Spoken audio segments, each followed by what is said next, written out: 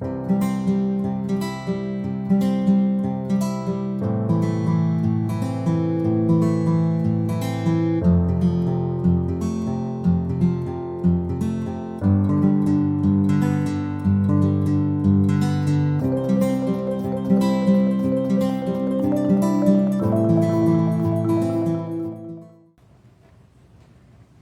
Mary, speaking words of wisdom.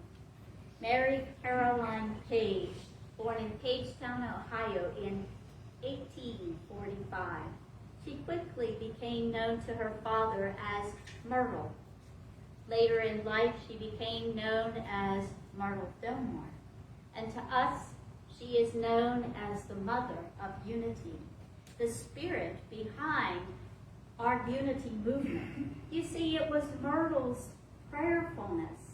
It was Myrtle and her 2+ years of praying for healing and seeing her body as healed that inspired Charles. I think Myrtle and Charles are that perfect example of love and wisdom and how we need both to be complete. Myrtle, the heart, the love of unity. Charles, the wisdom, the more outspoken one. We read more writings of Charles, but oh, the writings of Myrtle are so deep and rich and powerful.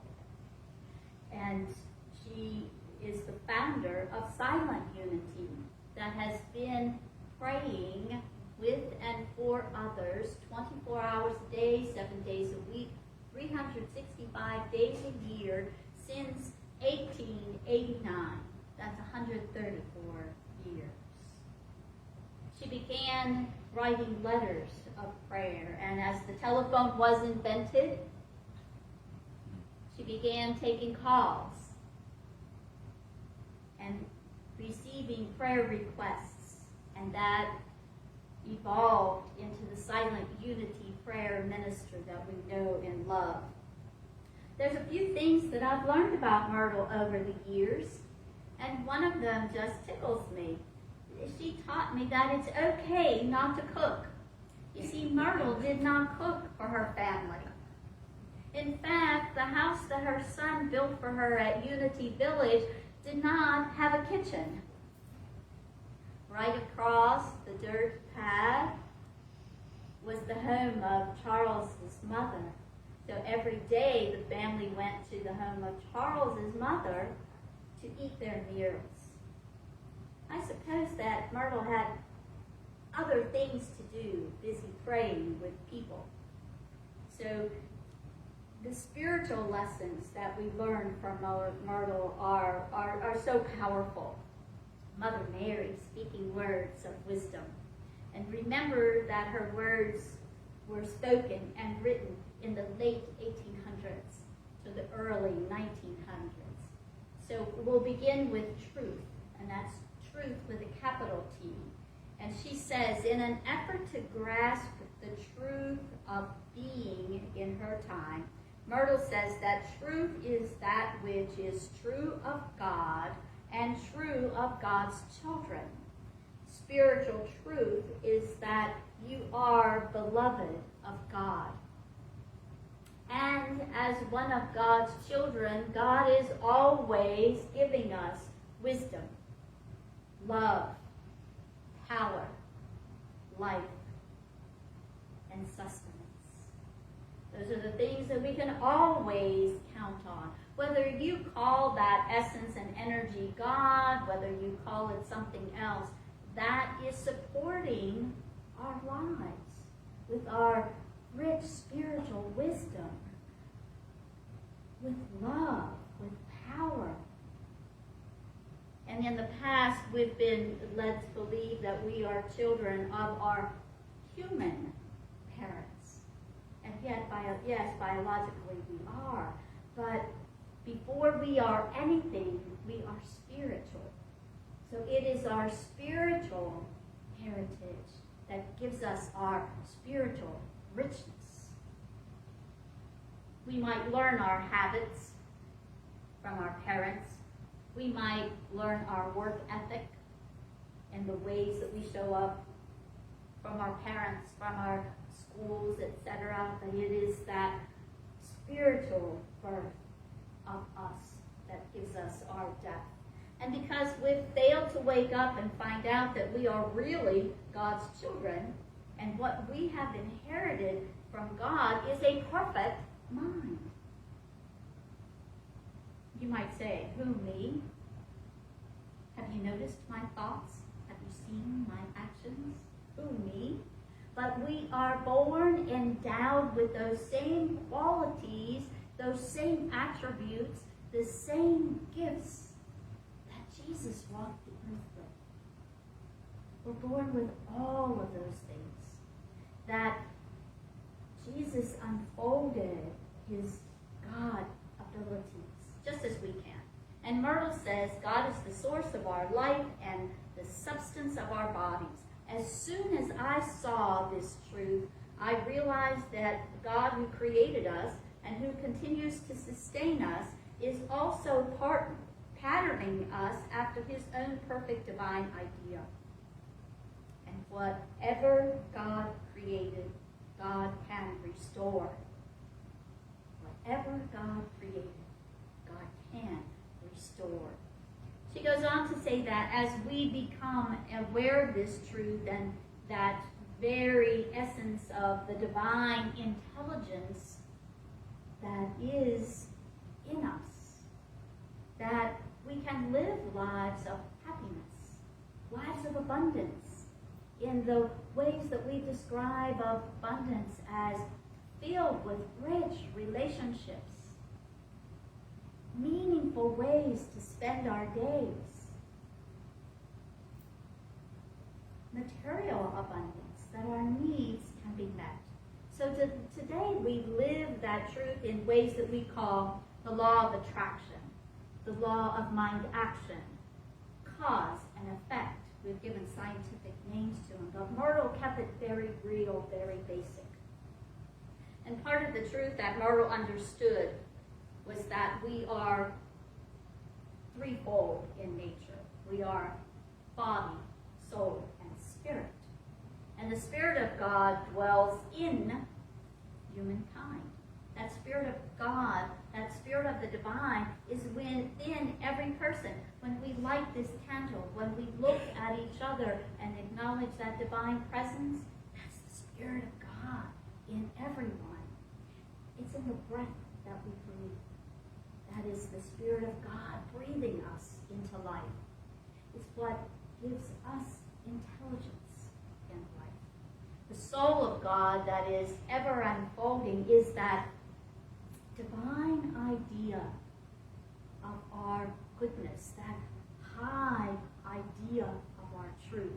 The soul causes us to become spiritually mature. It's that part of us that is always yearning to know more, do more, live a more expanded consciousness. We do that in our book studies, in our meditations, in our discussions together. It causes us to be less judgmental, more open to accepting others who look differently, who believe differently, who love differently. Just to accept that everyone is showing up as creations of God. The body, obviously, is formed through our thoughts. We say it every Sunday. We create our life by the activity of our thinking. So it's our patterned thinking. Those thoughts that we hold with enthusiasm and consistency bring our life into existence. Our individuals and us as a collective. Our body periodically regenerates itself. Our organs are always sloughing off dead cells and creating new. Our skin, every part of us is regenerating. And we can regenerate our thoughts as well. And Romans 12:2 tells us, conform not to this world, but be transformed by the renewal of our mind. Be transformed by thinking differently. Be transformed by allowing ourselves to be awakened to new truths. what we didn't know yesterday, but what we come to know today. And we can be transformed by that. Mother Mary, speaking words of wisdom. Myrtle Fillmore is our example of prayer. And she says that in those times of silence, we get to know the presence of the divine. We get to know it more intimately. We get to know it more deeply, more powerfully when we go to that secret place of the Most High.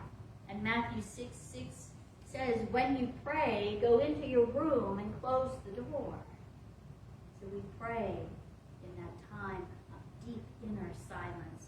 And we do this in the consciousness of that presence of the divine. So when we close the door, we close ourselves off to this outer world. We might hear the sounds of nature or traffic, but the distractions of the world, we put aside worrying about our days. We put aside worrying about our work and our family. And when we pray, we go into that time of oneness with our God, a time of sacredness in communion and union. Myrtle says we don't pray up to the skies. We pray inward into our divine consciousness within. And when we drop the thoughts of conditions of the world, when we drop the thoughts of personalities and personal desires, and we center our attention on God, and we yield our thinking to be guided by that presence, and we allow our thoughts to be guided into those higher thoughts, our Christ consciousness, then we begin to really and truly think of the divine, to think God. We won't struggle, Myrtle says. She says that you will find real peace, strength, freedom, and wisdom are yours. The mind of God active in your consciousness is your help. The only help you need. If you turn to God and away from human reasoning and human fear, you will see the way that leads to the fullness of your good. I'm going to take that home with me today. Because I don't know about you, but this world would draw us into a lot of human reasoning and human fear. So many of the sound bites seem to be only made to draw us into fear.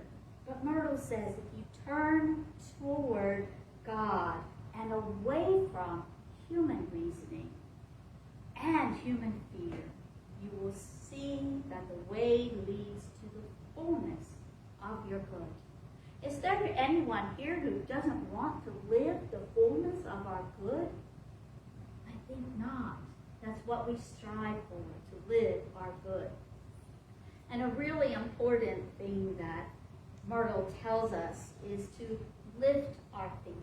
And we hear this all the time in our Unity teachings, to lift our thinking from the human to that divine consciousness, the truth of who we are, that truth, that the capital T, that is the unchangeable truth.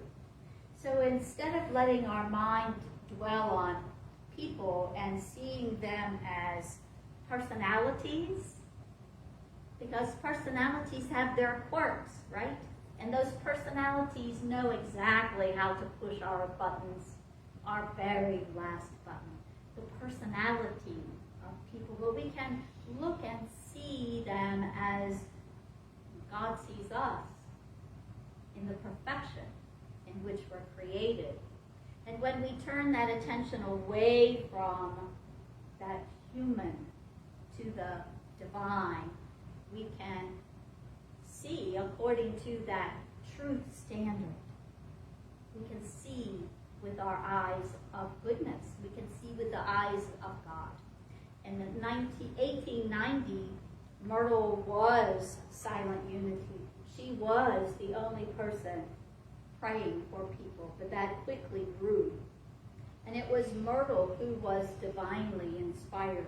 It was Myrtle who nurtured it and poured her inspiration into the prayers of Silent Unity for 134 years. And she says, it isn't that our prayers do anything magical. Remember that. It's not our prayers that do anything magical. We simply hold people in truth consciousness and help you to remember and place your faith in the divine. Hold the consciousness of truth and place our faith in the divine. It is the daily repetition of prayers that is not necessary to reach God. That daily repetition of prayer is for us to remember. It's for us to constantly turn our mind, to align our mind with God's mind. It's for us to remember who we are and who everyone else is. The repetition of prayer is for us to cease those thoughts of judgment and negativity, to remind us to turn to that truth with a capital T. See the absolute goodness. Mother Mary speaking words of wisdom. Myrtle's thoughts on thought. It's up to you to accept your God-given perfection for yourself, she says. It's up to you to accept your God-given perfection and to put aside past mistakes and untrue suggestions and fix your undivided attention upon the creator of your inner pattern of perfection. So who looked in the mirror this morning and saw their inner pattern of perfection? I saw 6 more wrinkles. 22 more gray hairs. Who saw their inner pattern of perfection? What if we looked in the mirror every morning and greeted the person reflected back to us as the pattern of perfection? We have that potential in us. We are that. Oh, we're such a forgetful lot, are we not? Forget. We are made with that inner pattern of perfection. We just get to live it. Wisdom teachings teach us that we are the result of all we have thought. Gosh, I can't leave it just as that. I have to add to that we are the result of the consciousness, the thinking of the collective. Because your thoughts impact me. My thoughts impact you. We are creating, co-creating with each other all the time. And Proverbs 23:7 says, as a person thinketh in their heart, so are they. Notice that it's thinketh in our heart. In our heart, so are we. And in this realm of the unseen, everything moves by laws. We have laws of science, gravity. We have laws of mathematics, the Pythagorean theory. Don't ask me what it is, I heard of it. We have laws of nature, and we have spiritual laws. In this human condition, we can become very deluded by these 5 senses, what we can taste and smell and see and hear, all of those things. But there are spiritual laws at work, and the thoughts that we hold in our mind are the cause. And what we see made manifest as a result of our collective thinking is the effect. So what we think is the cause, and what we experience is the effect. So we have some responsibility there. We teach this all the time. Everything that is in manifest form begins as an idea. How do we co-create? Mind, idea, expression. The universe is always downloading thoughts into our mind. Has anyone not had a thought in the last 10 minutes? We have about 60 to 70 or 80,000 thoughts a day. That's a lot of thinking going on. And we don't stop them because we are alive. We are thinking. They are signs of life. So those thoughts that come from the divine are the thoughts that we can bring into manifestation. They come into our mind, and then we add to them through our imagination, through our love, and we bring them into existence. We get the opportunity to put aside what is not true. The judgment, when we see other beings, judging them, and the false sense of the great gulf between us and the kingdom of heaven. Myrtle says, false thoughts. Denials is what Myrtle encourages us to use, not to deny that a condition exists. We would be foolish to look at the world and say hunger doesn't exist, or homelessness doesn't exist, or dis-ease doesn't exist. We probably know someone who's not feeling well today. We may have passed someone who is homeless on the way here, or someone who is hungry. But the denial erases the false statement. The false statement that we have been making about ourselves and about others. Denials make room. So when we deny that false thought we've been believing about ourselves all of our life, when we deny the truth of it, we open ourselves to allow ourselves to be transformed, to allow our thinking to be changed, to allow a renewal of our thought. Has anyone given up a thought about themselves? Anyone ever heard, oh, you're not going to make it, you're not enough, you're not this, you're not that, or maybe you're a little too much? When we put those aside, say, maybe that's what some people have thought about me. But you know what? Other people think about us really is none of our business. When we cling to those truths of us that we are divinely and perfectly made. Myrtle tells us that when the mind opens by speaking denials, the truth is set free to show itself glorious with wisdom and strength. The truth shows through gloriously with wisdom and with strength. I suspect everyone here wants to be seen as glorious, wise, and strong, right? And let that shine.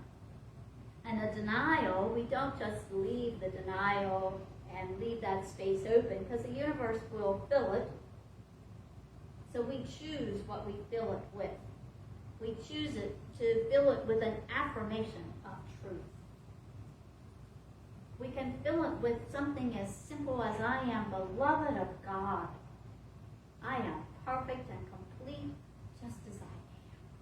Because that, my friends, is the truth. And we don't leave it there. We allow that inspiration to continue to grow in us, to entice us to grow deeper.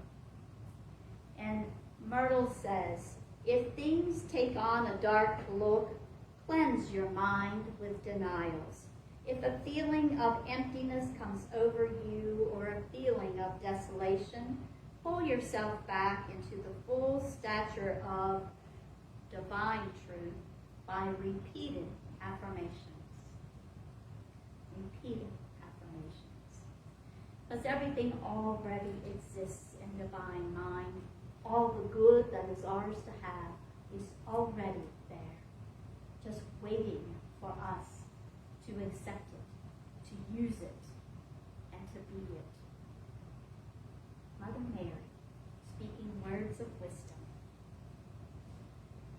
I believe that any conversation about Myrtle Fillmore would be incomplete if we didn't talk about healing. If you don't know Myrtle's story, she was diagnosed with chronic respiratory illness that some thought might be chronic tuberculosis. and she was given just a very short time to live. But Myrtle heard the words, "You are a child of God, therefore you do not inherit illness." So everything that she had been taught all of her life,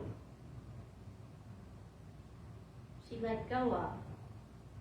But like any of us, it took a minute, 2 years, for that idea that she had inherited chronic tuberculosis to be fully denied and to experience healing. She says, when an individual keeps their mind in tune with God mind, they know constant harmony, order, success, and health.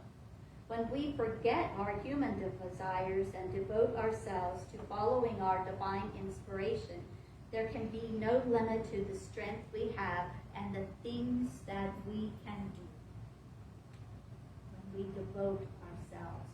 She said, clothe your mind with the garments of truth, and let your thoughts yield to you their wealth of spiritual power. The power that created you is always at work to restore you and to maintain you in wholeness.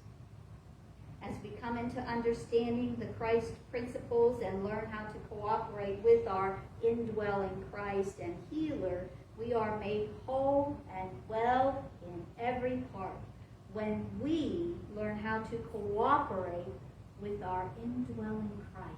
That pattern of perfection that is born in us,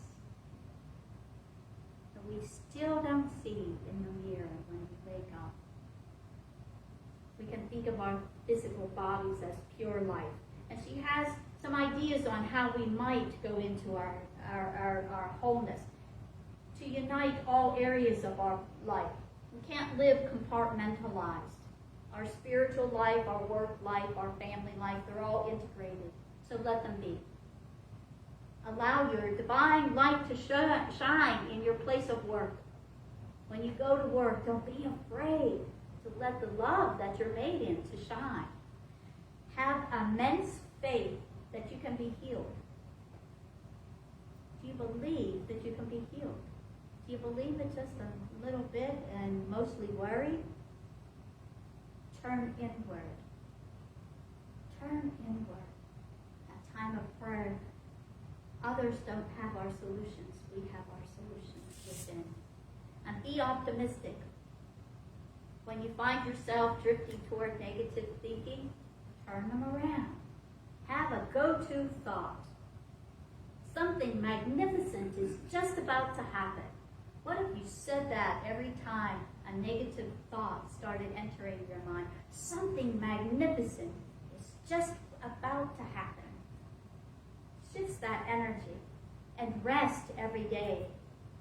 And depending on our age, we need a little more or a little less rest. Take good care of our bodies with exercise, water, good nutrition. And bless your body. Did you bless your body today? Or when you were putting on those trousers that were a little too snug, were you doing something else to your body? Maybe cursing your body. When that button just wouldn't quite match. I see people looking at each other. Oh my goodness. Yeah. Or did we bless our body? Did we bless the organs of our body, the feet that carry us everywhere we want to go, the internal organs that function without an invitation for us at all? Our heart just beats because that's what our heart does. Did we thank our heart when we woke up this morning? Bless our body and be grateful for it. There's words that I want to close with today. It's a poem written by Myrtle, Fillmore, mother of Unity. It's called Command of the Spirit. Stand by the truth, for it is the seed is in itself. Be the light, health, substance, beauty, and the youth of your world. For ignorance, see light. For sickness, health. For want, see plenty. For ugliness, beauty. For old age, youth. For bondage, see freedom. Get on fire with this doctrine. Let it be your first, last, and only thought. Our God is a consuming fire, and the righteous shall shine as the sun. Appearances are nothing to spirit. Set the mind free from ideas of deception. This is freedom to heal. Believe in the honesty of all people. Like a child, see the good in all things. Distrust makes wrinkles and old age. Keep to your intentions. Spirit fulfills your obligations.